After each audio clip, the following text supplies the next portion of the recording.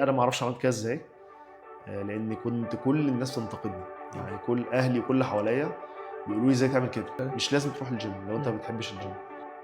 علشان فاكر ان الميل بلان دي هي الحل. يعني زي مثلا اللي داخل امتحان وعايز البرشامه اللي هتيجي فيها منها الامتحان. هي مش دي الحل، مش ده اللي انت المفروض تعمله. كده هل اللبن بيتخن؟ هو اللبن بيتخن. بجد؟ اوكي. حتى سكيمد لبن بيتخن، حتى السكيمد فيه فاتس برضه. يعني عفوا على ايه؟ نتكلم تاني ان شاء الله. ان شاء الله.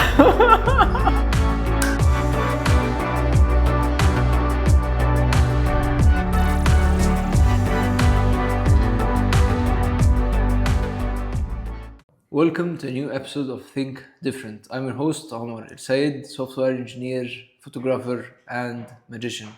النهارده انا معايا one of the best fitness coaches ever met.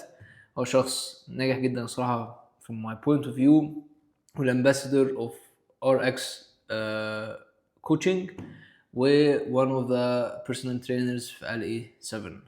اهلا بيك يا شريف. ازيك يا عمر؟ ايه الاخبار؟ عامل ايه؟ كله تمام؟ انا اعرفك بقالي كتير بس مستغرب ان احنا قاعدين كده. صح. حاسس ان احنا بنقعد قعدات ابسط من كده بكتير.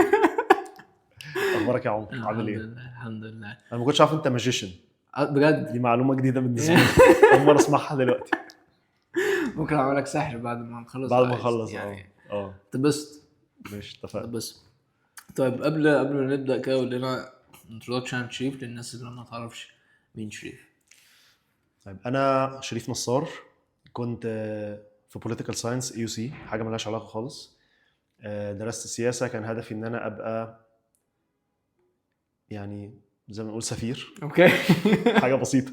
ماشي. بس قبلها طول حياتي هدفي ان انا كنت ابقى لعيب كوره، وكان هو ده طموح حياتي. وكنت بحلم بيه من وانا عندي 11 سنه. اوكي. كنت بنام وبصحى على كده، وكنت بنجح في المدرسه عشان اوصل لكده، عشان ده هيخليني ان ابويا يسيبني اروح التمرين، فمش هيبقى فيه مفيش كوره. اوكي. كان عندي استراجل دايما ان انا اهلي مش عايزين نلعب عشان اركز في المذاكره وكده، مستقبلي والحاجات اللي كلنا عدينا بيها دي. اوكي. ولكن كان دايما عندي الهدف ان انا اخلص مذاكره اروح المدرسه عشان اعرف اروح الكوره. فده اللي بدات بيه، وكان لازم يبقى عندي خطه وانا في الجامعه، اخش وانا داخل الجامعه ان انا هعمل ايه. اوكي. فحطيت الخطه دي وما مشيتش، والرياضه هي اللي مشيت. ومن 2012 اتخرجت، كملت في الرياضه، قعدت اخدت كورسز كتيره واشتغلت في الرياضه، وفتحت كذا بروجكت، والدنيا مشيت في الاتجاه ده اكتر، وما مشيتش في اتجاه الشغل سواء الخارجيه او الكوربريت، عموما الشغل العادي يعني. بس دي قصه باختصار يعني. اوكي. دخلت في كذا بيزنس ليه علاقه بالرياضه. انا ما بحبش حاجه قد التمرين في حياتي، ده الباشن الاساسي بتاعي، يعني مش لاقي حاجه تاني حاسس ان انا بحبها. فكان دايما شغلي بيلف حوالين الرياضه، سواء فرق رياضه، فرق كوره، جيم، بيرسونال تريننج، جروب سيشنز، كروسفيت. دايما انا عندي كيوريوسيتي اعرف ايه الجديد وايه اللي بيشتغل اكتر وايه اللي بيجيب نتائج للناس اكتر، بغض النظر عن الاهداف بتاعتهم. اوكي. interesting.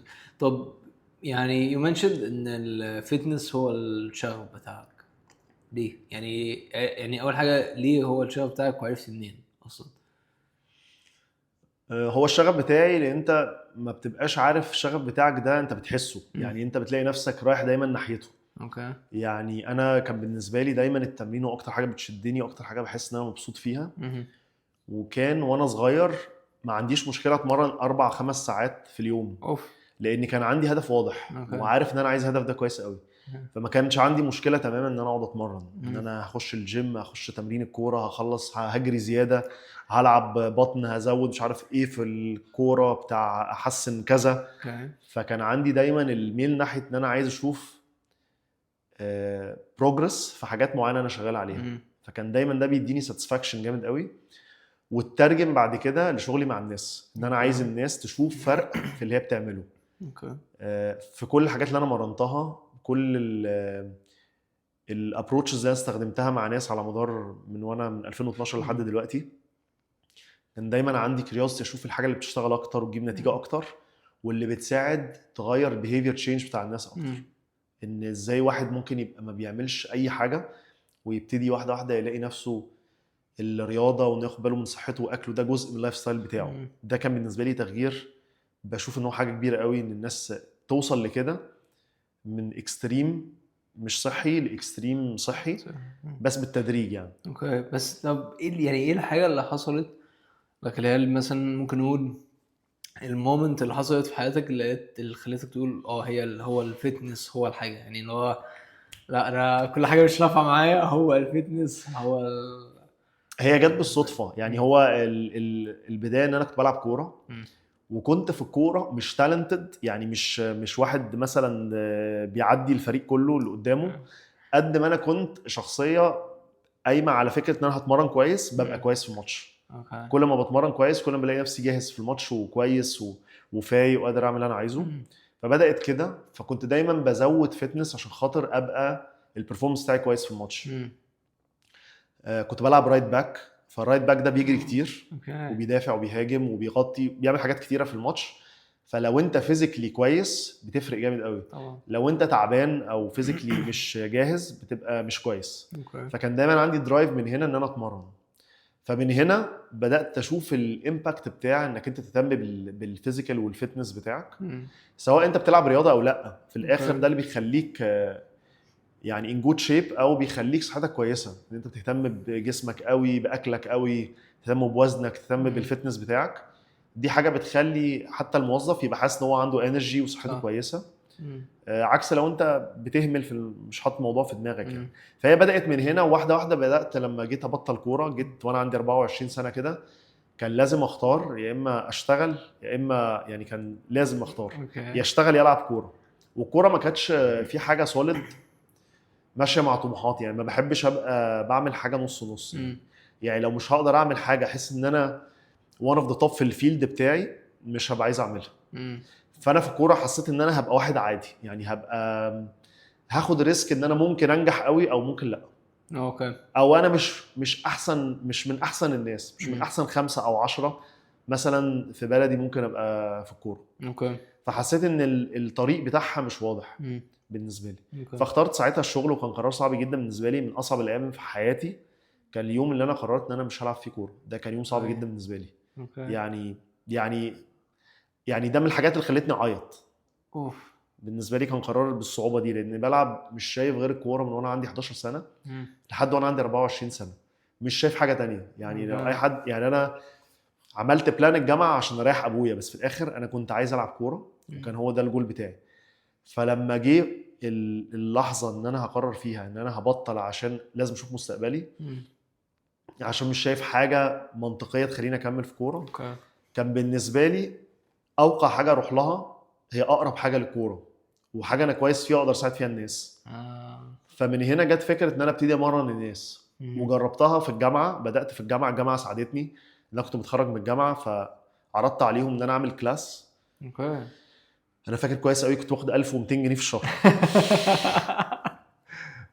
وسبت شغلي عشان اعملها. وكنت باخد ساعتها في شغلي 4000 جنيه في الشهر. فرق شاسع. فاول حاجه خدت كلام في عظمي جامد، ازاي تعمل كده وتسيب شغلانه وفيها بنفيتس وفيها عشان تشتغل بالنسبه للكبار يعني، عشان تشتغل شغلانه ب 1200 جنيه يعني ملهاش اي مستقبل بس. ف بس في لحظات انت بتسمع نفسك يعني. انا اللحظه دي انا ما اعرفش عملت كده ازاي، لان كنت كل الناس تنتقدني يعني، كل اهلي وكل حواليا بيقولوا لي ازاي تعمل كده. بس انا في اللحظه دي كنت حاسس ان انا عايز اعمل كده. فمن اللحظات دي مشيت ورا احساسي، وقررت ان انا همشي في الكارير ده. وبداته من الجامعه، لما ما اتخرجت. الكلاس مشي حلو جدا، كان بيجي لي اعداد انا كنت بتخض من كتر العدد. والناس تقعد تجيب بعض، فلقيت نفسي حاسس انا عندي ملكه ان انا ممكن اعمل الموضوع ده. يعني كنت بستكشف نفسي برضه.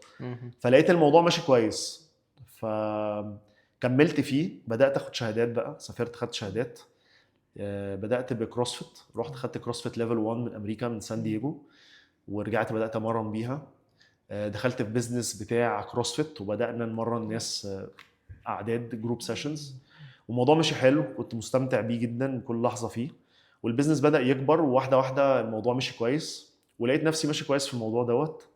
فحسيت ان انا عندي حاجه ممكن انفع بيها الناس يعني، هي ان انا بقدر يعني اساعد الناس تحب الموضوع. لاني عندي يعني صفه ان انا مش بعقد الدنيا في الموضوع ده، يعني مش بطلب حاجات كتيره من الناس، مش بطلب حاجات صعبه فجاه. باخد الموضوع بالتدريج مع الناس، بعرف اتصاحب عليهم. يعني عندي شويه صفات بسيطه بعرف اوصل بيها للناس ان انا اعرف اساعدهم يتغيروا، مش من مكان ضغط، من مكان ان انا بناخد الموضوع بالتدريج مع بعض اصحاب، وهنطلعوا واحده واحده لحد لما تحس ان انت قربت شويه، فتحس ان انت انجزت حاجه وبالتالي تحب الموضوع. لكن لو انت بتلاقي الموضوع فيه ضغط، انا ما كنتش بحب اعمل كده يعني. كنت افضل ان انا اخد الناس بالراحه، وده كان بيمشي كويس. فمن هنا عرفت، يعني ارجع لسؤالك، من هنا عرفت ان انا ممكن اساعد الناس في الحته دي.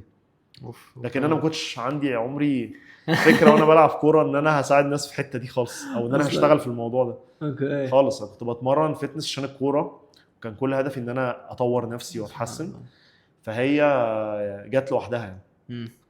اوكي. طب يعني في حاجه كده، يعني انت قلتها، يعني عايز اتكلم عليها اكتر. انت قلت ان انت you don't overwhelm clients بتوعك بحاجات كتير يعملوها and so on. ده فكرني الصراحه بحاجه انت كنت كاتبها في one of your posts على الانستجرام. كنت كاتب ال fear of perfection، وازاي حاجه زي كده انت بتتعامل معاها. فازاي مثلا لو جالك for example، هو معظم الكلاين يعني I think معظم الناس اللي بتكون عايزه تبدا الجيرني بتاعتها في الفتنس بتبقى اللي هو انا جاي، انا عايز فاهم اللي هو بلان، وعايز نيوتريشن بلان، وعايز ورك اوت بلان، واللي هو يلا، وبعد كده الدنيا بتنزل بعد اول اسبوع and so on. يعني ازاي بتتعامل مع حاجه زي كده مع الكلاينتس؟ لانه I think معظمهم بيبقى عندهم اللي هو برضو الفير اوف بيرفكشن، بيكون عايزين يبداوا الحاجه in a perfect way، فاهم قصدي؟ وبعد كده in the end يعني الدنيا بتبوظ منهم، لان هم they overwhelm themselves basically. تعمل مع حاجه زي كده ازاي اصلا؟ زي ما الناس بتبقى عندها مشكله ان هي لما بتبتدي تتمرن عايزه كل حاجه بيرفكت وعايزه 100% من اول يوم. اللي بيعمل كده بيبقى عايز نتائج بسرعه. هو مش حاجه غلط ان هو بيفكر كده، بس دور الكوتش ان هو يساعده ويفهم ان الابروتش ده مش سستينبل. يعني لو انت دلوقتي بتعمل حاجه وجيت انا قلت لك هنغير 100% من اللي انت بتعمله، يعني كل حاجه في حياتك هنغيرها 100%. يعني لو انت بتاكل كل يوم ماكدونالدز الصبح وظهر وبالليل، هناكل الصبح والظهر وبالليل خضار سوتيه وفراخ مشويه. سونر اور ليتر هترجع للماكدونالدز، لان انت مضغوط عليك قوي عشان تعمل تغيير كبير، فمش سستينبل. فانا دايما بحاول افهم الناس ان الموضوع ده الصح بتاعه انه يتاخد تدريجي، بس دايما بلاقي ريزيستنس لان الناس عايزه ريزلتس بسرعه. فانا بحاول اخلي الموضوع يبقى حاجه في النص، اللي هو احنا مش ماشيين بسرعه قوي لدرجه ان انت تزهق وتتخنق وتحس بضغط بعد شهر او شهرين وتقول انا عايز ارجع لللايف ستايل القديم بعد ما خسيت 5 كيلو وتتخن 10، وبين انك انت تبقى ما بتعملش ريزلتس من كتر البطء. يعني لو انت مثلا بتخس 3 كيلو او 4 كيلو او 5 كيلو في شهر بدل 10، بس مبسوط ومستريح وبتروح شغلك كويس ومش تعبان ومش حاسس ان انت عليك بريشر، وبتاكل بره every now and then، عندك one cheat meal في الاسبوع، I think ده good deal. يعني في الاخر انت هتبقى satisfied وحياتك ماشيه طبيعي ومش حاسس بضغط ومش متضايق، فهتقدر تكمل عليك لايف ستايل versus ان انت جاي على نفسك بزياده، eventually هتزهق وترجع للطبيعي. هيبقى بالنسبه لك دي temporary phase، بوصل لهدف وهسيبها وارجع تاني. فبحاول اوصل الناس للمايند سيت بتاع خلي دي جزء من حياتك علشان ما تبقاش بتيجي تخس وتمشي تتخن تاني. صح. ده اللي بحاول اشتغل عليه في الحته بتاعه المايند سيت. انا بهتم قوي بالشغل مع الناس في المايند سيت، ما يبقاش بس تعالى اتمرن وامشي. لا، انا عايزه يفهم حاجات. يعني عايزك تفهم ان الموضوع بروسس طويله، ان الموضوع مش المفروض يبقى سريع، ان الموضوع مش المفروض انك تبقى واقع على الارض بعد كل تمرين مش عارف تقوم تمشي، انك مش المفروض تبقى عامل دايت ما فيهوش كاربس خالص ومش طايق حد في الشغل. ففيها جزء اديوكيشنال، في ريزيستنس، بس انا بحاول دايما ان انا اعملها بالراحه وبالتدريج عشان الناس تفهم الموضوع، وبان انا اسالهم الاسئله الصح. هل انت لما تاكل كده هتبقى كويس في الشغل؟ هل هتبقى مبسوط؟ هل هتبقى حابب التمرين؟ فهو بيبتدي يقول الاجابات اللي هو المفروض يعرفها، هو اللي بيقولها مش انا. اوكي. انا بس بحاول اساله الاسئله الصح. هل ده يخليك تحب التمرين؟ هل ده يخليك توصل للهدف بتاعك بعد سنه ولا بعد شهر وبعد كده هنقع؟ فاسئله مهمه ان الشخص يفكر فيها. وانا زي اي حد عندي fear of perfectionism في حاجات تانية. يعني زي ما الناس عندها fear of perfectionism في التمرين، انا مثلا على السوشيال ميديا كتير ببقى مش حاسس ان انا عايز ابان بطريقه معينه، ببقى عايز ابان بصوره معينه ساعات. بس ليتلي بقيت افكر بطريقه مختلفه. انا مش فارق معايا ان حد يبقى مش عاجبه اللي انا بقوله. عايز ابتدي افكر اكتر بالطريقه دي. لان بشوف قد ايه انا ممكن لما ابقى نفسي اكتر هفيد ناس اكتر. صح. لكن لو انا عايز ابان مثلا او اقول حاجه في الشغل بس واقفل على كده، ببتدي شويه اقلب روبوت او جد. يعني في ناس بتقولها لي، اصحابي بيقولوا لي انت جد قوي في الفيديوز بتاعتك، مع ان انت في الحقيقه مش جد. صح. وانا فعلا في الحقيقه مش جد. ايوه خالص. انا بهزر على طول. بس على السوشيال ميديا ببقى عندي فير اوف بيرفكت، يعني عندي الفير بتاع البرفكشنزم. عايز ابان بروفيشنال ومش عايز اهزر ومش عايز اخد الموضوع ببساطه، مع ان انا الطبيعي بتاعي احلى. يعني الطبيعي بتاعي احسن ان انا ابقى اوصل لحد احسن. فكلنا we suffer with perfectionism. يعني in a way كل واحد في حاجه. يعني دي حقيقه. في ناس في شغلها، في ناس في التمرين، في ناس في في الريليشن شيبس. يعني كل حد في حاجه. ده حقيقه. فيعني كلنا عندنا شغل نعمله على نفسنا. ده كده. طيب الصراحه يعني ده خلاني كنت عايز اسالك سؤال مهم جدا. يعني بحس ساعات شويه from my own experience ان حوار النيوتريشن بلان هي حاجه overrated شويه in a way. هقول لك ليه برضو. from my own experience يعني انا كنت 100 كيلو 110 تقريبا، وخسيت انا دلوقتي كام؟ 83. ده كتير. يا جدا. نزلت كتير قوي. جدا. شاطر. بس يعني ثانك يو. حسيت تستحق ان انا اقول لك كده. كتير. والموضوع يعني برضو كان بسيط بالنسبه لي، بس كان بروسس بسيط من ناحيه ان انا كنت رولز بسيطه بعملها مع الورك اوت. يعني كنت بورك اوت وبزود عليه رولز بسيطه. لو ما اكلش بالليل، لو هاكل مثلا حاجه فيها شوجر اكلها الصبح، بلاش صودا شيبسي الحاجات دي لا كده. يعني فاهم شويه رولز، بس في الاخر باكل اللي انا عايزه بس في تايم فريم معين. ما يبقاش بعد، ما يبقى اللي هو دايما قبل مثلا الساعه 7، بعد الساعه 7 مفيش اكل. فاهم؟ او مثلا لو هاكل تفاح زبادي حاجات زي كده. واللي هو مفيش بقى تشيبسي والحاجات دي. فالحاجه دي كانت افكتيف جدا مع الورك اوت. بس طبعا كانت اخذت وقت، يعني اخذت وقت شويه، بس كان الموضوع اسهل بكتير وكان كونسيستنت جدا. فده خلاني شويه يعني لما اسمع حد بيتكلم عن النيوتريشن بلان بقى وانت لازم مش عارف، وانا اشوف حد اللي هو بيحسب الرزايه فاهم على الميزان، ولا هو انت يعني ليه ده كله يعني اللي هو مش للدرجه دي. فبحس ان الحاجات دي شويه اوفر ريتد جدا. اللي هي حاجات يعني بحس ان هي مش مهمه، مش دي الحاجات اللي هتخسسك من الاخر يعني. بس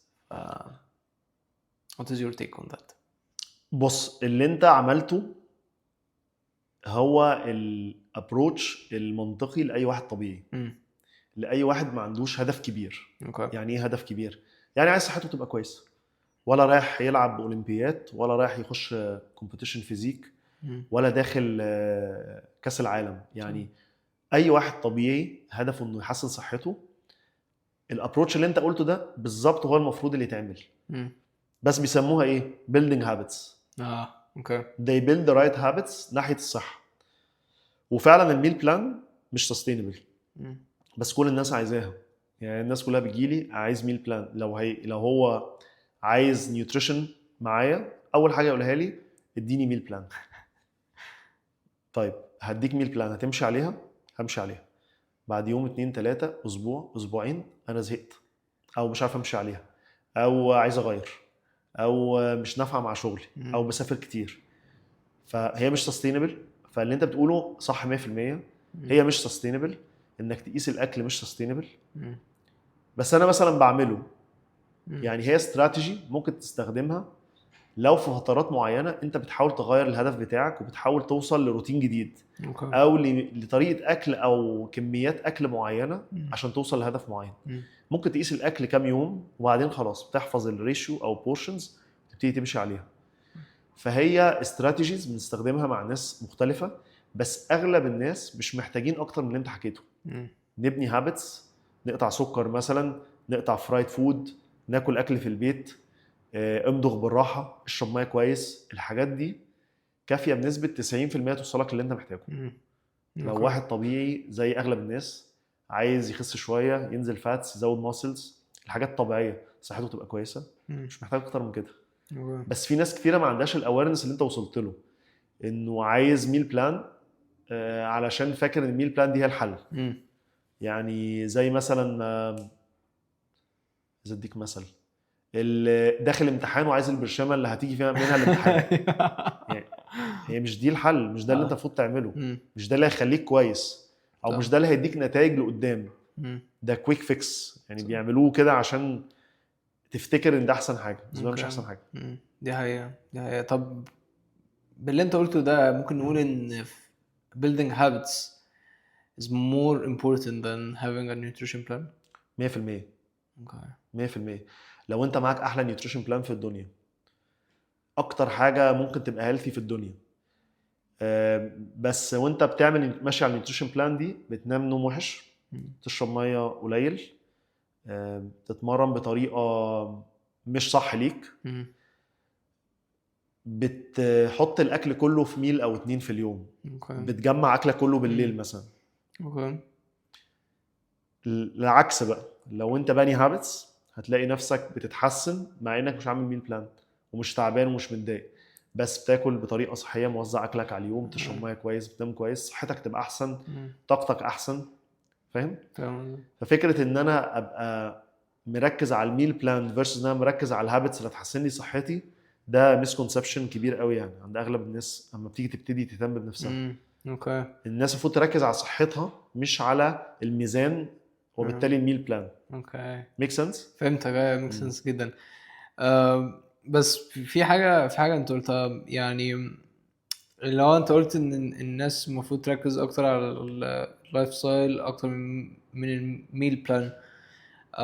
بس هل ممكن اركز على الدين؟ يعني ممكن في لايك سويت سبوت مثلا تخليني ابالانس الاثنين مع بعض يعني. وهل لو انا عملت بالانس الاثنين مع بعض، انا اهتم بالاثنين، هل مثلا الريزلتس هتبقى way more effective than ان انا لو مثلا ركزت على الستايل بس، اللايف ستايل بس؟ بص، في طريقه برضو بستخدمها ساعات مع ناس، ان انا اشوف الفود تشويسز بتاعته. يعني انت بتاكل ايه؟ هتقول لي بفطر كذا كذا، وبتغدى كذا كذا، وبتعشى كذا كذا. اقول له طيب احنا عايزين نشيل السكر من اليوم، شيل لي السكر او شيل لي اللبن، حاجه بسيطه، وكل براحتك. انت بالنسبه لك انا ما غيرتلكش حاجه قوي، صح. بس بالنسبه لي انا شلت عدد كالوريز انت مش شايفه.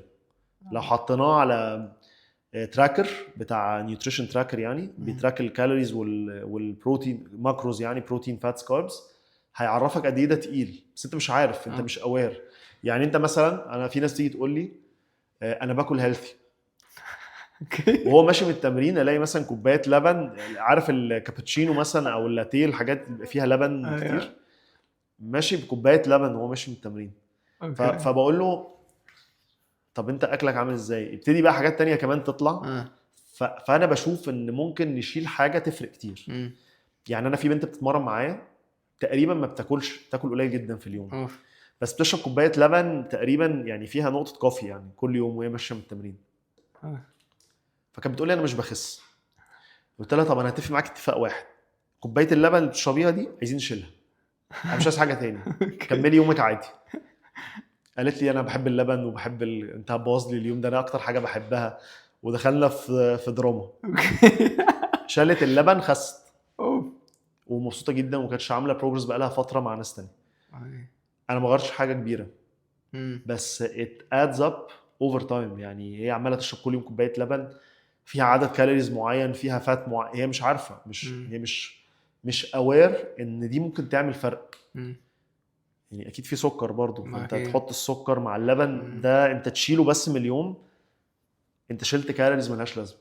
بس هو كده هل اللبن بيتخن هو اللبن بيتخن بجد؟ ايه اوكي.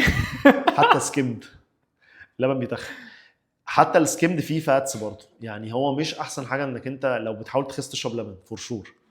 في اختلافات على فايدته من ضرره، بس at the end of the day اللبن بيتخن، ده فاكت. بس هو فيه بروتين، يعني ممكن استخدمه كصورته في بروتين صح؟ بس هو فاتس كتير، يعني يعتبر الفاتس فيه عالي، يعني في حاجات كتيره فاتس فيها عالي وفيها بروتين، بس انت في الاخر لو عايز تخس مش فكره حلوه انك تاخد سورس اوف بروتين جواه فاتس كتير. اوكي. طب هل كده بقى مشتقات اللبن كلها يعني مثلا جريك يوجرت والزبادي؟ اغلب الناس عندها انتوليرنس على من الحاجات الديري. اوكي. فلو انت مثلا عندك مشكله مع اللبن او مع الجريك يوجرت او كده، اولا بطنك مش تهضمه. لكن الجريك يوجرت ان جنرال في منه دايت، يعني جريك يوجرت سبيسيفيكلي حاجه مختلفه. اوكي. بقيه الديري برودكتس كلها هاي ان فاتس. الجريك يوجرت بيتعمل بطريقه بيتعمل منه يعني البروتين بتاعه يعتبر ما فيهوش فاتس كتير، فما ينطبقش عليه قوي الموضوع ده unless انت عندك مشكله مع الديري. اوكي. لكن لو ما عندكش مشكله مع الديري الجريك يوجرت از ا جود اوبشن. اوكي. مش هيتخنك. هي المشكله مع الديري لان انت ما بتعرفش تهضم الحاجات اللي فيها لبن صح؟ في ناس بطنها بتتنفخ، الهضم بتاعها بيبقى مش مظبوط مع الديري. زي ما قلت لك بعيد عن الجريك يوجرت اغلب الديري برودكتس فيري هاي ان فاتس، اغلبها يعني، ما عدا مثلا الجبنه قريش جريك يوجرت، يعني دول يعني يعتبروا اكسبشنز شويه. اوكي انترستنج. طيب في حاجه كمان انت قلتها، انت قلت ان من الحاجات اللي يو منشند ان هي مهمه جدا في اللايف ستايل شرب الميه. فكنت عايز يعني يعني عايز اعرف how much شرب الميه is effective يعني في الخسائر. يعني هو فعلا يعني انا سمعت حاجات كتير يعني على دور حياتي على الميه، اللي هو يقول لك الميه دي بتخسس لو انت بس شربتها وانت جعان، اللي هو بدل ما تاكل مثلا وجبه زياده انت تشرب ميه احسن هتخسسك. واللي يقول لك لا يعني ما مش مهمه. يعني عمري ما وصلت يعني اجابه واضحه الميه مهمه ولا مش مهمه في الخسان يعني. الميه مهمه جدا في الخساسين وفيري اندر ريتد. شرب الميه كويس بيساعد جدا على الحرق، بيساعد على الهضم، وبيحسن فانكشنز الجسم عموما، وبيحسن الانرجي فتعرف تحرق اكتر بجد، وبيحسن التركيز تعرف تبقى برودكتيف اكتر. فالميه ليها يعني فوائد كتيره قوي الناس ما بتركزش فيها. وفي الاخر هي زي ما قلنا يعني جزء من الهابتس اللي بتخلي صحتك احسن. فالميه لو انت بتشرب ميه كويس، تنام كويس، بتاكل هيلثي مثلا، الحاجات دي كومباين مع بعض. طبعا في براكتس كتيره تانية في اللايف ستايل كويسه انك تعملها، زي انك تتمشى كتير في يومك، تقعد في الشمس، تاخد وقت تمديتيت فيه، ما يبقاش طول اليوم ستريس. وايندنج داون قبل النوم، انك تقعد قبل النوم ما تعملش حاجه فيها ضغط خالص. ما تقعدش تتفرج على التلفزيون وتنام في اخر لحظه، تنام على التلفزيون ده بجد. بس انا باخد الحاجات دي ستبس مع الناس، يعني مش هقول له فجاه هنعمل كل دول. بس كل الحاجات دي فعلا بتفرق في الخسارة. كل حاجه ليها برسنتج، يعني ليها فاكتور. فمهم ان انت تصلح واحده واحده. يعني مش هاجي اقول لك عمر احنا هنعمل ال 20 هابتس دول بكره. انت هتعمل ايه؟ مش هعمل ولا حاجه. مش هعمل كتير قوي الصراحه. مش هعمل ولا حاجه. يعني لو قلت لك الحاجات دي كلها عمر يلا بكره نعمل كل ده، صعب جدا. ولو عملتها مش هتكمل عليها كتير اكيد. فدايما انا برو فكره اللي هو تعالى نشوف اهم عاده فيهم نغيرها الاول. نبتدي مثلا بالنوم عشان ده مهم قوي لان بيصلح حاجات كتيره. نبتدي بالميه لانها بتصلح حاجات كتيره. نبتدي بالحركه مثلا. يعني باخدها واحده واحده بحيث ان انت كل حاجه تخش بالنسبه لك تبقى جديده، بعد شويه هتبقى عاده عندك فخلاص هتبقى بالنسبه لك مش صعبه. دي نخش حاجه تانية. طب انت بالنسبه لي اكتر حاجتين يعني قد في الحاجات اللي انت قلتها هي النوم وان انت تقعد في الشمس. دي الحاجتين دول افكتيف خاصين يعني. اقول لك ازاي. هي حاجات دايما اندايركت. اوكي. انت لما هتنام كويس ايه اللي يحصل؟ هصحى فايق. تمام. لما تبقى فايق هتبقى بتعمل نفس المجهود ولا اقل ولا اكتر؟ I think هعمل مجهود اكتر يعني. فهتحرق اكتر. آه. فهي حاجات كلها كونكتد. اوكي فاهم؟ ماشي. طب يعني انت لما الشمس؟ تكون مطبق مثلا هتعمل ايه؟ هتبقى مش قادر تقوم، جسمك كله مش قادر يتحرك، جسمك كله مش قادر يفانكشن، اوكي فحرقك بيبقى اقل. يعني حتى الساعات الجديده تقدر تتراك فيها الحكايه دي. interesting. هي مش اكرت بنسبه 100%، بس تقدر تعرف منها الفرق بين اليوم اللي انت مثلا مش نايم فيه كويس واليوم اللي انت نايم فيه كويس. interesting. طب وان انا اقعد في الشمس؟ انك تقعد في الشمس ده بيساعد الجسم يابزورب فيتامين دي. اوكي فيتامين دي ده الاحسن سورس ليه الشمس. ماشي فانت فيتامين دي بيديك انرجي. ماشي انا كنت معاك. كسام. انت بيبقى عندك انرجي هتعمل ايه؟ هتحرق اكتر، هتعمل مجهود اكتر فهتحرق اكتر. اوكي فاهم؟ غير ان فيتامين دي اصلا مهم، يعني انت محتاج يبقى جسمك كويس في الفيتامين، ما يبقاش فيه ديفيشنسي في فيتامين، ما يبقاش فيتامين دي قليل. اللي عنده فيتامين دي قليل تلاقيه دايما بيميل للدبريشن وللزعل ومتضايق وما عندوش انرجي. فاهم؟ دي حقيقة. فالعكس اكيد هيبقى بيحرق اكتر. يعني انت تخيلها في نفسك. انت واحد مثلا قافل على نفسك اوضه ضلمه 5 ايام، هيبقى عندك انرجي؟ ما اعتقدش. هو ده فيتامين دي. اوف. يعني هتخيلها في الحقيقه عشان احنا مش بنخش جوه جسمنا ومش عارفين. فاهم؟ ايوه دي حقيقة. انا ثينك انا بريليت لدي جدا عشان كده. يعني مثلا ايامي اللي مثلا بقعد فيها في البيت، ان انا اشتغل في البيت طول اليوم، دي ما بحبهاش خالص. يعني اللي عارف لو ان انا اصحى في البيت اقعد على المكتب في البيت، فانا تقريبا ما بشوفش يعني الشمس تقريبا. بتبقى بالنسبه لي ايام ان هو بحسها كئيبه شويه. هو في حاجه في فيتامين دي بتظبط المود، انا مش عارف هي ايه. يعني انت تخيل لما بتسافر مثلا، افتكر لما بتسافر حته بحر، مودك بيبقى احسن ولا لا؟ بيبقى احسن بكتير عشان الشمس. ايوه يعني بقى في الشمس كتير جدا. انت قاعد في الشمس وقدامك بحر، فانت بتبقى قاعد حاسس ان انت مبسوط. أوه. هو الفرق الوحيد شمس والبحر. دي حقيقة. انت قاعد في الشمس طول الوقت وتلاقي نفسك راجع خاسس وراجع مبسوط وجود. وهناك لو مش نايم عادي، يعني هتعيش حياتك عادي، هتتبسط برضه. ايوه. فهي يعني كل لما بتبقى باني الهابتس اللي بتساعدك تعمل صحة كويسة، صحتك تبقى احسن، كل ما ده بيرفلكت على الخساسين. اوكي. بس بيبان انه مش شورت كات. الناس دايما عايزه شورت كات. اديني البرشامه، ايوه اديني الزيتونه، انا عايز الميل بلان اللي تخليني اخس 10 كيلو الشهر ده. ايوه عشان عندي فرح اخر الشهر. مش مهم تاني يوم، مش مهم في الفرح هعمل ايه، المهم ان انا اخس للفرح. فيعني انا بشوف ان بحاول اساعد ناس تشوف ان اللونج تيرم ابروتش افيد. انك انت مش لازم تبقى دايما باصص ان انا عندي الصيف الجاي او ان انا عندي ايفنت معين. لا، بص لصحتك. يعني صحتك هتستفيد اكتر لما تبقى مكمل على حاجه لفتره طويله، لسنه سنتين 3 ل10. 100% احسن بكتير في كل حاجه، وهتخس برضه وهتوصل للجسم اللي انت عايزه، بس من غير دامج، من غير ما تبوظ حرقك. الناس بتعمل ديفيسيت جامد قوي في الكالوري انتيك، فبيبقوا تعبانين جدا، كارهين كل حاجه في الجيم وكارهين الدايت ومش عايزين يكملوا. ولا ان انا ابقى واخدها بالراحه وبخس 2-3 كيلو 5 كيلو بالكتير كل شهر، بس مبسوط وكل حاجه كويسه، صح، وصحتي كويسه ومش بعمل حاجه تبوظ صحتي عشان خاطر اخس.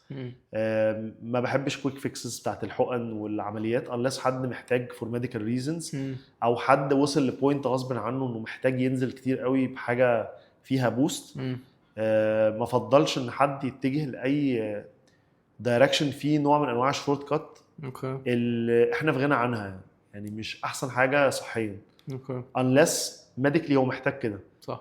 يعني في ناس جيناتيكلي او ميديكلي بيبقى عندها اسباب تخليها تلجأ للحاجات دي، و I totally understand, no offense لاي حد. بس لو انا ما عنديش اللي يخليني امشي بسستينبل هيلثي ابروتش، انا بشوف ان ده يبقى احسن. فاهمك جدا. طيب يعني let's say ان احنا دلوقتي عملنا ظبطنا اللايف ستايل وهنروح الجيم نتمرن.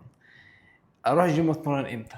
يعني انا في ممكن تتمرن جيم قبل الشغل الصبح، في ممكن تتمرن جيم بعد الشغل بالليل، بيبقى مثلا الساعة 7 أو 4 مثلا. فايه البست تايمنج للورك اوت؟ الصبح ولا بالليل بعد الشغل؟ بص انا اتعلمت، انا امباسادور لشركه اسمها اوبكس. شركه اوبكس دي اتعلمت منها، هي اثرت كتير في الابروتش بتاعي في ان انا يعني امرن الناس واعلم واساعد الناس يعني. فمن ضمن الحاجات اللي انا يعني استفدتها منهم ان personalization هو كل حاجه. ان عمر غير شريف غير اي حد. اوكي. كل واحد ليه preference، ليه genetic configuration. انت genetically مختلف عني. ليه schedule، ليه مواعيد شغل، بيحب تمرين معين. ممكن يبقى بالنسبه له التمرين في البيت احسن من التمرين في الجيم. ممكن يبقى بيحب البادي ويت او بيحب الجيم الويتس. يعني كل حد مختلف. personalization هو احسن طريق انك انت توصل لاحسن results.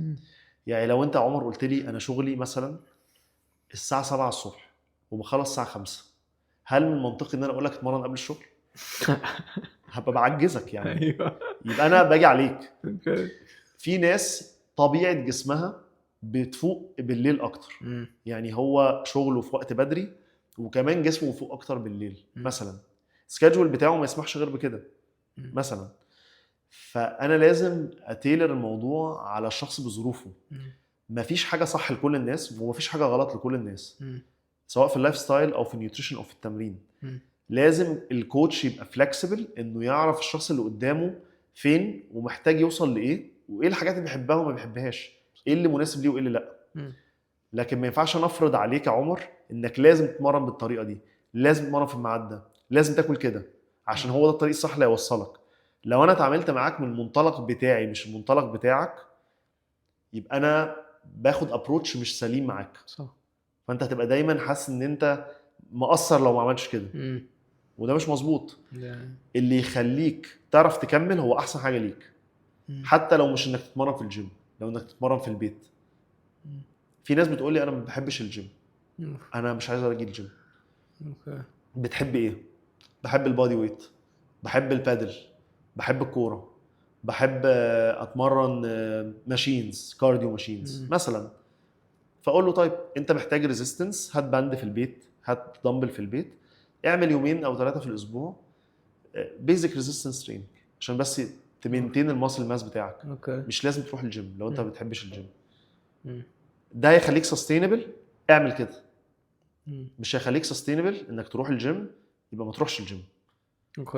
اعمل اللي يخليك مبسوط وتحب الموضوع. صح. مش الصح اللي الاكسبرت بيقول لك عليه. لان اللي الاكسبرت بيقول لك عليه ده بيقول لك من وجهه نظره هو، مش شرط يبقى بالنسبه لك انت كويس. صح. فمهم قوي ان انت تكونسيدر انت بتحب ايه وايه اللي مناسب لحياتك، سواء كاكسرسايز تايب او كدايت او كلايف ستايل او كمكان تتمرن فيه. مش شرط حاجه معينه، مفيش حاجه صح لكل الناس، مفيش حاجه غلط لكل الناس. فهمتك جدا. طيب سؤال صغير جدا جدا. احنا يعني بنتكلم جد بزياده ولا عادي؟ لا انا عندي عقده من الموضوع ده، عايز ابقى فاكك يعني. لا عادي يعني، تمام، احنا على الطريق الصحيح. اوكي. طيب دلوقتي انت قلت حاجه الصراحه يعني تريجرد سؤال كده في دماغي. انت قلت ان الواحد تعمل حاجه اللي تخليك تحب الموضوع. يعني حاسس دي حاجه صعبه شويه بالذات في الرياضه يعني صعبه قوي ان انت تعمل رياضه تكون بتحبها. يعني ممكن تحبها مثلا يوم في الاسبوع بس بقيه الايام هتبقى اللي هو انا رايح اتمرن. انا عارف لو انت بتكون رايح انت مش قادر بس انت بتروح عشان فاهم يور جولز واهدافك كده. فحاسس ان انت مثلا تعمل اللي انت بحاجه اللي بتحبها قوي مش اكيوريت قوي. انا فاهم انت قصدك ايه. في ايام هتبقى زهقان، ده طبيعي جدا.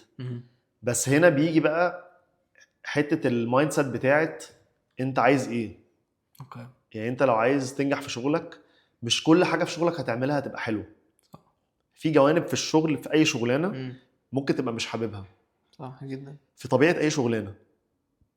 فرأيي في الحته دي ان انت لازم تبقى عامل بالانس هيخليك مش لازم تحب الموضوع كل يوم، بس اتليست متقبله، هتتعود عليه مع الوقت. مش كل يوم هيبقى مثالي، بس مهم قوي انك لو وقعت يوم. في كتاب حلو قوي بيتكلم على الموضوع دوت اسمه اتوميك هابتس.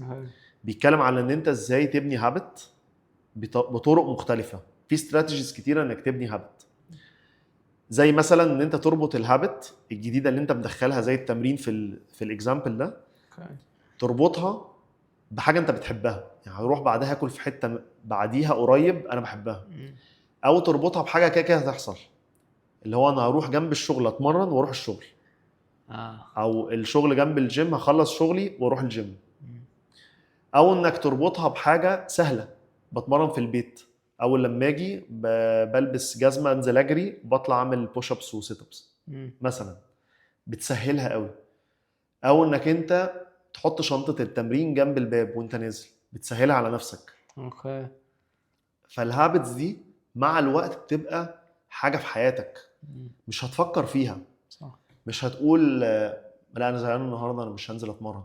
لو بقالك 6 شهور بتتمرن مش هيجي في دماغك التفكير اصلا، لان انت خلاص خدت على ان انا هروح الشغل وبعدين هطلع على الجيم، او اروح الجيم وبعدين اطلع على الشغل. بقت هابت. هنا بنرجع لحته الهابتس. انت لو باني الهابت من الاول، لو عرفت تثبت الموضوع اول شهر، هتلاقي الشهر الثاني سهل، الشهر الثالث اسهل، الشهر الرابع اسهل. بعد كده هتبقى زي الشغل، زي الاكل، زي النوم. تبقى حاجه انت بتعملها في يومك، الحاجات اللي انت بتعملها كل يوم مش هتفكر فيها غير يعني لو عيان مش قادر خالص، يوم مضغوط بزياده. ولما يحصل كده برضو الحته دي الكتاب بيتكلم فيها، لازم ما تفوتش وقت كتير. يعني لو فاتك يوم حاول ما تفوتش التاني، لو فاتك التاني حاول ما تفوتش التالت، لان لو السايكل دي كملت بترجع تستصعب الموضوع تاني. تبقى حاسس ان انا مش قادر اروح اتمرن، مش قادر انزل اتمرن تاني، حاسس الموضوع بقى تقيل. وعشان تنزل تاني وتثبته ويفضل عاده يرجع زي ما كان، هتحس ان الموضوع تقيل قوي عليك. فحاول تخلي حتى لو انت تعبان انزل روح الجيم، اتمشى وامشي، انت ستيل بتروح. ما قطعتش العاده بتاعه التمرين. فهمت. فدي برضو من الحاجات اللي بتكر مع الناس شويه. دي حقيقة. يعني يبقى ماشي مثبت مثلا معايا 2-3 وبعدين اسبوع يايا. ايوه بس اشوفك بعد 6 شهور بقى. انا وقعت فيها دي قبل كده والله. يا كل الناس تقع فيها. عشان كده حتى الترينرز بياخدهم وقت كتير عشان يرجعوا يتمرنوا لو وقفوا، مع ان ده شغل. ايوه بتحصل مع ترينرز يقعد مثلا 6 شهور ما بيتمرنش، مع انه بيمرن الناس. وانا بمرن مدربين بيدربوا الناس عندهم مشكله دي. لان احنا في الاخر بني ادمين. اي حد بيوقع هابت بياخد وقت واصعب بكتير انه يرجع تاني. فبحاول ان انا اعمل ايه، اعمل حاجه سهله، اعمل حاجه بسيطه في الاول، ارجع الهابت وبعدين امسك فيها. اوكي انترستنج. طيب يعني دلوقتي احنا اتمرن، قلنا مثلا احنا اتمرنا الصبح، تمام. انا من الحاجات اللي انا دايما يعني عمري ما فهمتها didn't figure it out yet. يعني لو انا اتمرنت الصبح for example هتمرن، بعد التمرين هاكل، بس بعد ما باكل بحس ان انا مش فايق، بحس ان انا مش productive، بحس لو انا مش قادر اشتغل. تبقى واكل ايه؟ ده سؤال مهم في الموقف ده. اوكي عشان اعرف اجاوبك يعني لازم تقولي واكل ايه. يعني على حسب. ممكن يعني مثلا let's say لو انا نزلت اجري الصبح، فلو رجعت البيت probably هاكل بيض، بحط شويه زبده صغيره جدا، فعلا شويه صغيرين، وبس باكل معاها عيش، مثلا عيش وجبنه مثلا. ممكن عيش ايه؟ بلدي. اوكي. كمل. بس وممكن بعد ما اجري اكل فول بالعيش برضو البلدي. ده كل ده في الفطار؟ احنا في الفطار لسه. كل ده فطار، بس هو يا اما بيبقى بيض يا اما بيبقى فول. يعني شويه طعميه معاهم كده. لا ما بحبش طعم، لا ما بحبش طعم. ايه غير كده طيب؟ وممكن ساعات مثلا لو افطر من بره، لو فطرت من بره مثلا ممكن يبقى كرواسون بالبيض مثلا. اوكي. فانا بحاول ادخل بروتين بعد ما اتمرنت، وبدخل معاه يعني شويه فاتس كده. يعني حاجات تانية كده. بس ده اللي انا باكله بعد بتبقى نايم كويس اليوم ده ولا لا؟ يعني اتكلم اون افريج، يعني مش كل الايام زي بعض بس اغلب الايام بتبقى نايم كويس ما بتعمل الموضوع ده؟ probably لان انا لما يعني عشان انا اتمرن الصبح بصحى بدري قوي، فعشان بصحى بدري قوي بكون نايم كويس يعني تكتب يعني ممكن اقول كده. طيب هراجع معاك كده الموضوع. ماشي. يعني انت نايم كويس قوي، yeah. تصحى تتمرن تمرينه مش جامده، نص نص يعني هقول لك على دي، ممكن لو جري بجري مثلا 5 كيلو بس متعود عليها، بالنسبه لك مش صعبه صح ولا انا مش فاهم غلط؟ مش صعبه قوي. اوكي، بالنسبه لك مودريت يعني، مش حاجه صعبه قوي ومش حاجه سهله. يس. اوكي. وبعدين بتفطر فطار اللي هو فول وبيض بالزبده وعيش بلدي. يا ده يعني انت سامع نفسك ولا لا؟ يعني ابتديت اجمع. حلو ان انت اللي تقول وانت اللي تاخد بالك. اوكي. يعني دي ستيب مهمه، اوكي. ان مش انا اللي اقول لك عمر شيل ده، يعني انت واضح بالنسبه لك ايه اللي غلط. العيش البلدي بالظبط. جاوبت. انا سالتك سؤال وانت يعني انت لقيت الحل، فاهم؟ الزبده قد ايه؟ لو زبده للفول وزبده للبيض، زبده كتير، فاتس كتيره، فاتس تهمدك. العيش فيه سكر، مليان كالوريز. لو انت عايز تمنتين بادي فات برسنتج كويسه، مش احسن اوبشن تحطه في اكلك اصلا. اوكي. في عيش دايت كذا نوع موجودين دلوقتي، بتبقى حاجات رفيعه قوي كده ومعموله بالشعير، واللي معموله بحاجات هيلثي اكتر، يعني انجريدينتس مختلفه. طب البراون بريد مش مقتنع بالفكره البراون بريد. انا كنت باكله على اساس ان هو صحي وكده. هو يعني ارحب شويه، بس هو ستيل برضه مش احسن اوبشن لو انت بتحاول تظبط فات برسنتج، فاهم؟ اوكي فاهم قصدك. يعني انا مش برو فكره العيش عامه لو حد بيخس، لو حد عايز ينزل فاتس، يعني مش لازم يبقى عايز يخس وزن كتير، بس فكره العيش عامه مش احسن فكره لو انت بتحاول تحافظ على وزن معين او تنزل سنه فاتس. اوكي. طب ايه اللي يعني في موقف زي ده ايه اللي ممكن اكله بعد التمرين عشان يعني ما يخلينيش همدان بعد ما باكله؟ يعني انا بعد التمرين ببقى فايق بس ببقى جعان قوي، فطبعا ما ببقاش مركز عشان عايز اكل. بس يعني بعد ما باكل الحاجات دي بحس ان الانرجي بيحصل دروب. فانا ازاي يعني ايه اللي اكله عشان برضك يبقى فيه بروتين، عشان احس ان انا شبعت، عشان يعني فون فاكت ما بشبعش غير لما احس ان انا اكلت بروتين. وفي نفس الوقت يكون يعني يخليني productive throughout the day برضك يعني. انا شايف مثلا بالنسبه لك طبعا في الاخر كل واحد لازم ياكل حاجه بيحبها. يعني لو حاجه انت ما بتحبهاش خالص وقلت لك كلها يبقى انا بعذبك. صح. بس في الكيس بتاعتك ممكن مثلا تاكل بيض مسلوق، ماشي، وتاكل معاه مثلا بطاطس مسلوق مثلا، ماشي، او بطاطا في الاير فراير اوكي مثلا. اوكي ستيل انت كلت بروتين كويس وكلت كاربز، بس اكل خفيف. اوكي فاهم؟ اوكي. عكس بقى لو بتاكل حاجه مقليه او بتاكل حاجه فيها فاتس كتير، زي مثلا زبده كتير اوكي. وعيش فاهم؟ ده تقيل، يعني ده اكل هتاكله هتتقل، هتحس ان انت همدان. ان اوكي. اكل دسم، بيض بالزبده وعيش، لا ده هيلكمك، يعني مش حاجه هتخليك فايق. فاهم؟ اوكي. لو مثلا جربت تاكل بيض مسلوق بطاطس مسلوقه مثلا اسبوعين، هتلاقي فرق في الانرجي رهيب. اوكي. فاهم؟ طب سؤال، لو بطاطس قطعتها وحطيتها في الاير فراير، هل تبقى، عشان ما بحبش البطاطس مسلوقه صراحه؟ انا بعمل كده.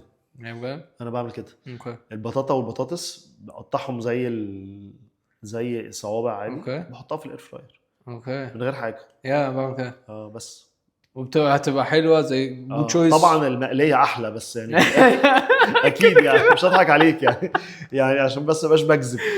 بس يعني بتبقى لذيذ، يعني بتحس ان انت بتاكل برضو حاجه يعني شبه المقلي. اوكي يعني بس احنا جود متعودين على المقلي آه. في الثقافه بتاعتنا، بس هي يعني مش احسن حاجه طبعا انك تحط زيت عليها حتى لو في الاير فراير. فافضل انها تتحط كده من غير حاجه. اوكي بس هيبقى جود تشويس للنيوتريشن يعني. اه صح؟ طبعا. اه طبعا. اوكي اصل ما فيهاش اي حاجه، امم بطاطا وبطاطس حاجات صحيه وانت مش حاطط عليهم حاجه، صح صح جدا. ومعاك بروتين اللي هو البيض خلاص. اوكي كم بيضة؟ برضو دي ريلاتيف آه. ريلاتيف حسب وزنك والجول، وبتاكل بروتين قد ايه في بقيه اليوم. يعني ما اقدرش اقول لك on حاجه average سوليد. بس on average عشان مثلا لو كترت هبقى همدان برضك يعني لو average مثلا. يعني ولد مش اقل من 4 مثلا. ماشي يعني البنات بقى ساعات بياكلوا بيضه ونص بيضه وحاجات غريبه كده. اوكي بس يعني بتقول لي انا اكلت بيضه، فانا ابقى عايز اقول لها ليه واحده يعني مثلا مش 2 صح مثلا. ليه.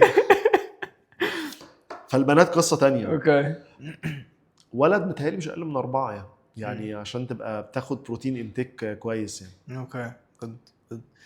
طيب كان في حاجة انت قلتها you mentioned جت في دماغي.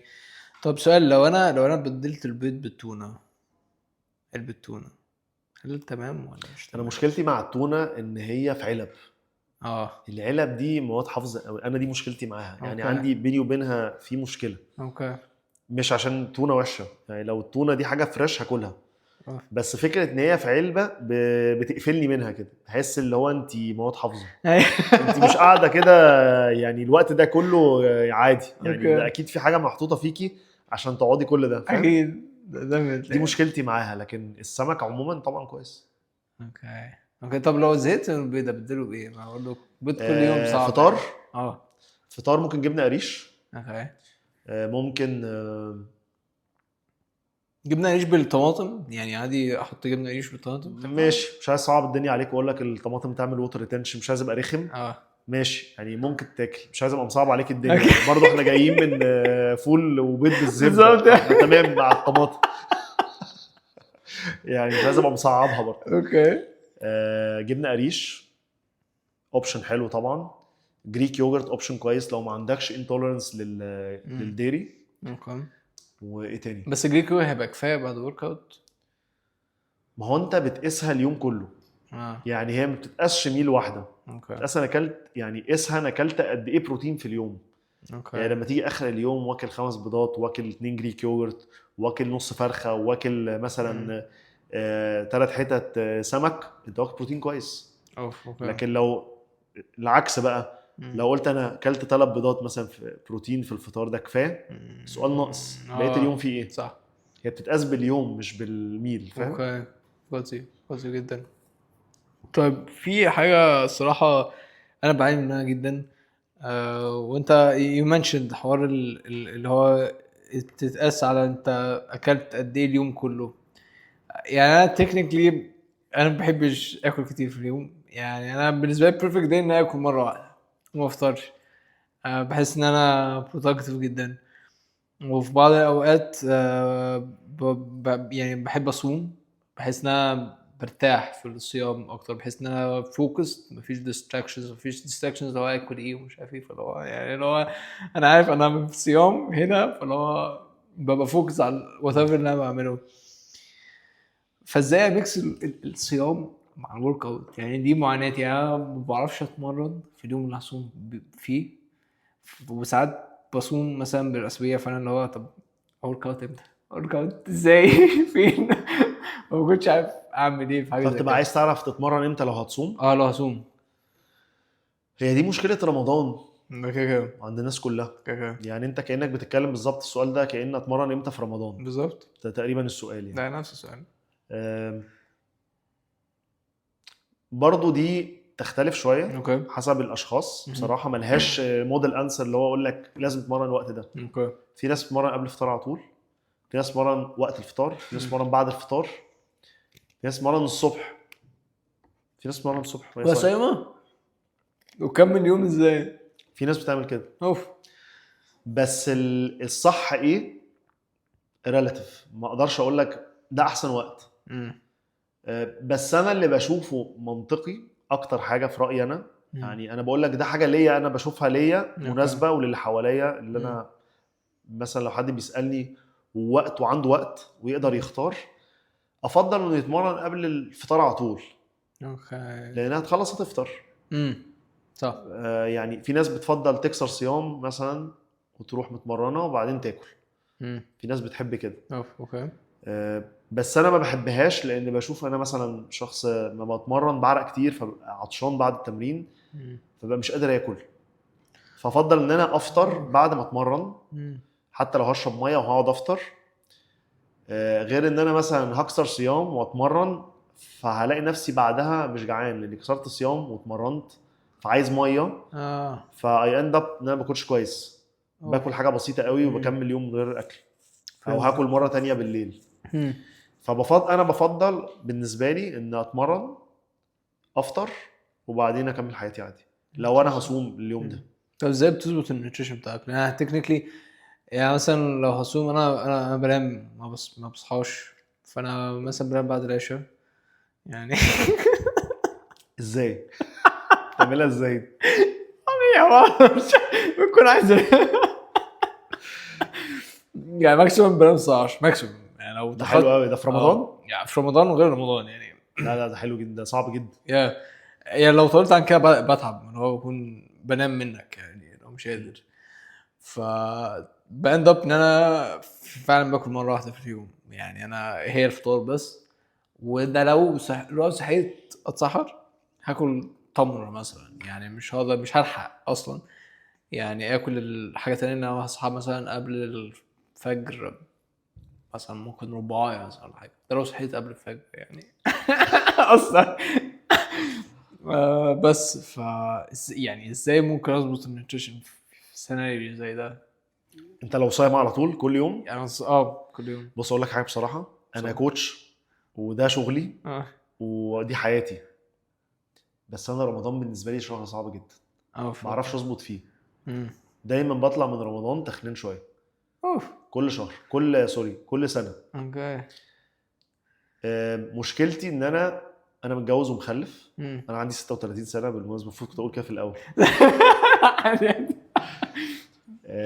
في تجمعات كتير. اوكي. في عزومات كتير. في حاجات كتير حواليك طول الوقت. دي حقيقة. ومش عارف ليه في رمضان بحس الإرادة في الأكل قل. غريب ان انا كوتش اقول كده. دي حقيقة. بس انا يعني بتكلم معاك بصراحة انا فاتح قلبي خالص. ماشي. رمضان بحس ان انا من كتر ما انا جعان من الصيام هي حاجة برضو فيها يعني ساينس ان انت السكر بتاعك بينزل جامد قوي بالذات مع المجهود البدني اللي وانت صايم. السكر بينزل قوي. يعني السكر في دمك بيبقى قليل. فغصب عنك بتكريف اكل اكتر من العادي. انا من النوع اللي عندي مشكله دي في رمضان. بحس ان انا عايز سكر وانا في العادي ما بحبش سكر. يعني انا في العادي مش بكريف عمري شوكولاته او بسبوسه او عمري في بقيه السنه. بس في رمضان عندي المشكله دي.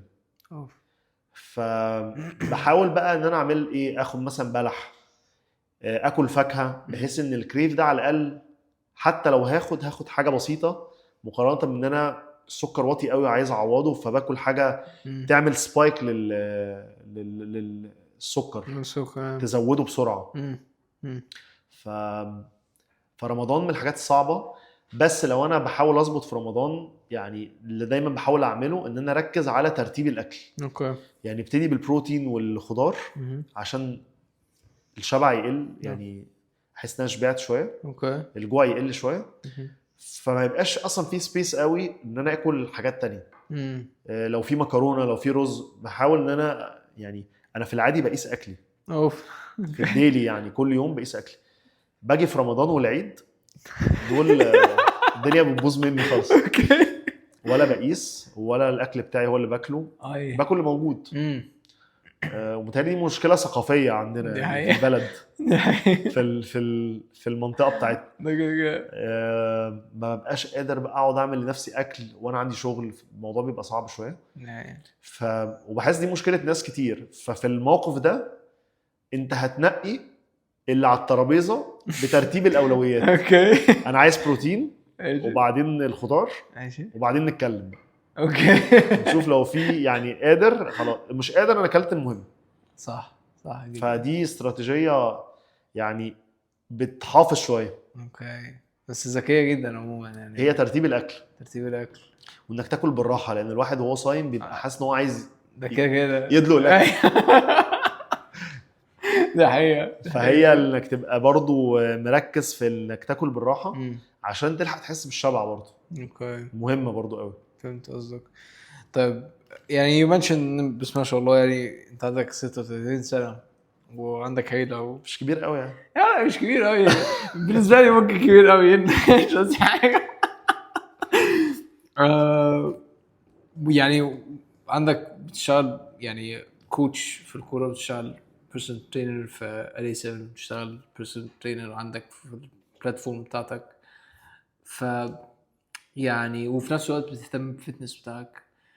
فالوقت ازاي يعني من لي السؤال، ازاي انت بتهتم بالفتنس بتاعك في الكيوس دي كلها؟ يعني ازاي يعني بمنتين الفتنس ليفل في الكيوس دي كلها؟ يعني احنا دلوقتي انا خدت البلان، بعمل ورك اوت، بس ازاي بقى منتين في اللخبطه دي كلها؟ بص انا مقتنع بحاجه، كل واحد يقدر يعمل في اليوم من 3 ل5 حاجات. اوكي.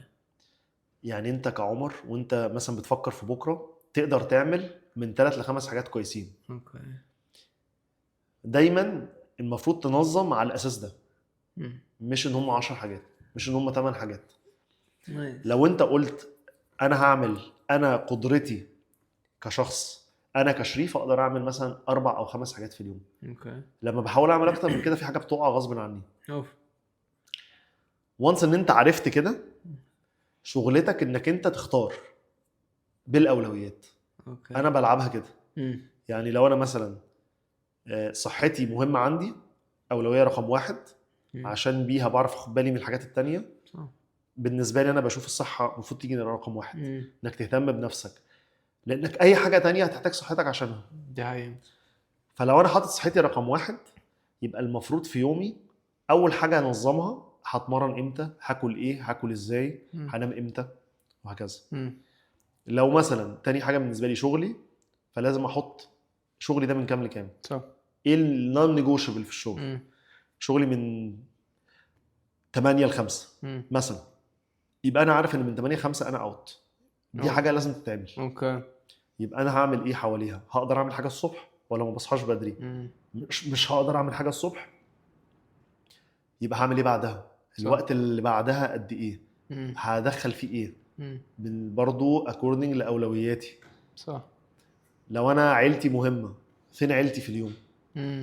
فانت بتاخد بترتيب الاولويات عدد الحاجات اللي انت تقدر تشيله في اليوم. صح. فانا في اليوم اللي قبلها بفكر انا عايز اعمل ايه. هل صحتي مهمه؟ يبقى لازم احط وقت للتمرين. طب انا عندي ايه بكره؟ شغلي من كذا لكذا، وعندي شغل تاني من كذا لكذا، وعندي ساعتين فاضيين بينهم.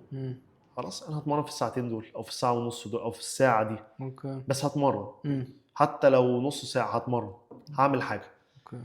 فهي فكرتها ان انت بس تبقى حاطط اولوياتك، وعارف انت تقدر تستحمل كام حاجه او تشيل ايه في اليوم، تقدر تعمل كام حاجه، وبتنظمها كده. انا بشوف دي اكتر طريقه منطقيه يعني. صح. انا معاك جدا في الطريقه دي. طيب انا عندي يعني اخر سؤال الصراحه، حاجه بالنسبه لي انا مجنناني شويه. يعني احنا دلوقتي يعني انا الحمد لله عارف امنتين الوزن والدنيا تمام. يعني في ايام بلخبط فيها، بزيد عادي مثلا كيلو، يوم اللي بعده اظبط الدنيا بخس تاني، فتمام. بس في يعني بطني كده في كاوتشايه في الاخر كده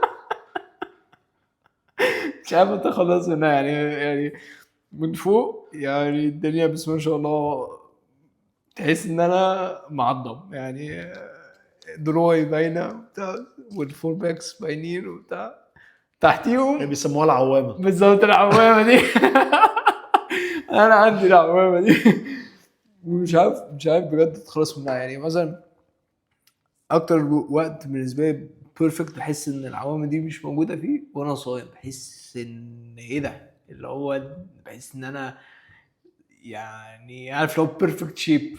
بس طبعا اول ما بفطر من اول ما تبتدي الناحيه تاكل التانيه مفيش، كله يروح يعني. فعمري ما فهمت الموضوع ده الصراحه، حله ايه يعني. الموضوع ده كومن، اوكي. لان هي اصعب حاجه بتخس. الحته الاخيره اللي هي البطن، بطن من تحت بالجناب دي اكتر حته صعبه تخس. وعشان تخس انت محتاج تبقى عندك صبر. اوكي. يعني تعال نفترض ان دي اكتر حته بتخس بالراحه او في الاخر. فلو انت ما عندكش صبر انك تكمل المده مش هتشوفها تنزل، دي حقيقة. لان القعده بتستور فاتس في الحته دي، بتجمع الدهون في الحته دي. اوكي. الضغط لما يبقى عليك ضغط ستريس بيخلي الفات يتجمع في الحته دي. الاكل الوحش بيخلي الفات يتجمع في الحته دي. اللي هو الاكل الجنك يعني بنسميه، اللي هو الاكل الفاست فود يعني. اوكي. بيساعد ان الفات يتجمع في الحته دي. عدم الحركه بيساعد ان الاكل يتجمع في الحته دي. فكل الحاجات اللي انا بقولها لك دي بتتحل بلايف ستايل كويس على مده طويله. اوكي. لو عملت ايه في اسبوعين مش هتنزل. مش قصدي اعقدك، اوكي. يعني مش بقول لك كده عشان اعقدك، انا قصدي اللي هو هي مش حاجه ليها كويك فيكس. ماشي. هي التركية بتاعتها كده. فانت عايز تظبط لايف ستايل ماشي. وتظبط اكل وتظبط طريقه تمرين بتركز على الحته دي. طب ايه مثلا يعني، تعال يعني ايه كل حاجه اظبطها في كل اريا عشان مثلا أوصل. البيض بالزبده والعيش. اوكي. تشيل الحاجات اللي مالهاش لازمه، ماشي. العيش والعيش البلدي والزبده ماشي. مثلا اوكي. في الكيس بتاعتك. ماشي. هتتمرن انت مثلا نزلت تجري ماشي. صح، اه. هترجع تعمل شويه بطن، بلانكس وسيت ابس وسايد بلانكس وشويه راشن تويست. انا بقول حاجات ممكن تبقى الناس مش عارفاها بس سهله قوي تطلعها على اليوتيوب. هتعمل لك 3 4 مجاميع من دول هتشغل بطنك كويس قوي مثلا. اوكي. هتكمل الاكل بقيه اليوم بطريقه برضو ما فيهاش اكل دسم. اوكي. مش تاكل وتنام اكله تقيله. هتشرب ميه كويس، هتتحرك على مدار اليوم، مش هتفضل قاعد 5 6 ساعات ورا بعض من غير ما تقوم. في الاخر بتوصل للايف ستايل يساعدك ان الفات برسنتج في جسمك او نسبه الدهون تقل مع الوقت. اوكي. فبالتالي نسبه الدهون في بطنك كمان هتقل، اللي هي اوكي. اللي شكلها بيضايقك. اوكي. بس انا يعني في حاجه انت قلتها يعني ممكن تبقى صعبه بالنسبه لي شويه، ان انا ما اقعدش مثلا لمده 5 ساعات. يعني دي يعني انا سوفت وير انجينير ده يعني فول تايم. فاللي هو يعني ممكن اقعد 3 ساعات عادي جدا بحل حاجه في مشكله في حاجه يعني لازم قافله. تتعامل بالظبط. او مثلا بعمل حاجه ساعات كتير بتسحل في الشغل، فانا ممكن اقعد 3 ساعات مثلا بعمل حاجه وبعد كده اقوم بقى لو اشوف انتوا بتقولوا ايه يا جماعه. في شغلانات طبيعتها بتقعد كتير. Yeah. دايما بقول للناس اعمل الارم كل نص ساعه او ساعه بالكتير. اوكي. لازم تقوم يا تكمل شغل وانت واقف، يا تتمشى شويه، ستريتش شويه حاجات حتى وانت في مكانك، وترجع تكمل تاني. اوكي. مش هنبطل شغل. يعني لو انت شغلك 8 ساعات 10 ساعات على مكتب مش هنبطل شغل. بس ممكن تقوم في النص تتمشى، تشرب ميه، ترجع تاني، تعمل كام ستريتش، تكمل شغل. اوكي. حاجات مش هتاخد دقيقتين بس هتحافظ لك على ظهرك، هتخليك اكتف اكتر. في ناس بتشتغل وهي واقفه، في ناس بتشتغل وهي ماشيه. اوكي. يعني في دلوقتي مثلا معاك تليفون، هتقوم تتمشى وانت بتاخد تليفون. اوكي.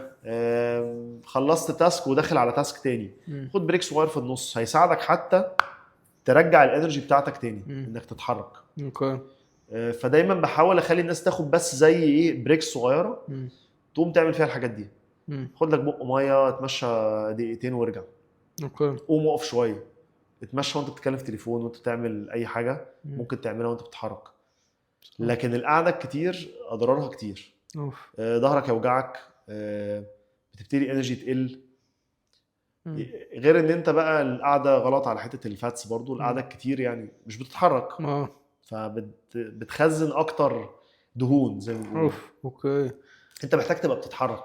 يعني اللي بيساعد قوي تعرف الحاجات دي الابل واتش، الحاجات الجديده السمارت واتشز يعني تقول لك انت مثلا اتحركت النهارده عملت كام ستيب، حرقت كام كالوري. فاهم؟ الحاجات دي برضو مهمه. لو واحد بيحاول ميبقاش عنده فاتس او دهون في بطنه ووسطه، مهم ان هو يتابع الحاجات دي عشان يبقى عارف حتى لو هو بياكله قد ايه مقارنه باللي هو بيحرقه. انت بتبقى عارف تقريبا تاكل كام كالوري، صح تقريبا. فانت لما تكون مثلا بتاكل 2000 كالوري والساعه تقول لك انت مثلا حرق 1500، يبقى انت بتاكل زياده. صح صح. فبرضه دي بتخلق لك برضه اويرنس، انا بتحرك قد ايه، طب انا باكل قد ايه، طب ما طبيعي ان انا يبقى عندي شويه دهون في بطني. فاهم؟ فبتخلق برضه الاويرنس ده شويه. interesting جدا. بصراحه يعني كان conversation حلو قوي، وانا انبسطت بالكلام معاك جدا جدا جدا جدا. صح في حاجات كتير يعني عايز اسالك فيها بس مش عايز اطول عليك الصراحه. ف يعني انا بجد سعيد ان انا استضفتك معايا، ويعني هوب نكررها تاني يعني. انا كمان مبسوط لان الكلام معاك خلاني اطلع من الحته بتاعه الكوتش اللي بيقول تيبس وبيقول حاجات مهمه بس مش بيتكلم فاكك. فانت عرفت تفكني وحسيت انها طلعنا بتهيألي يعني طلعنا كلام ممكن يبقى الناس تشوفه قريب لحياتهم او بيعدوا بيه، فممكن يبقى كلام مفيد يعني. فيا رب تكون حلقه حلوه الناس تستفيد منها. يا رب يا رب ان شاء الله، يا رب ان شاء الله. ونشوفكم في حلقه جديده من Think Different. ثانك يو عمر. عفوا على ايه، نتكلم تاني ان شاء الله. ان شاء الله.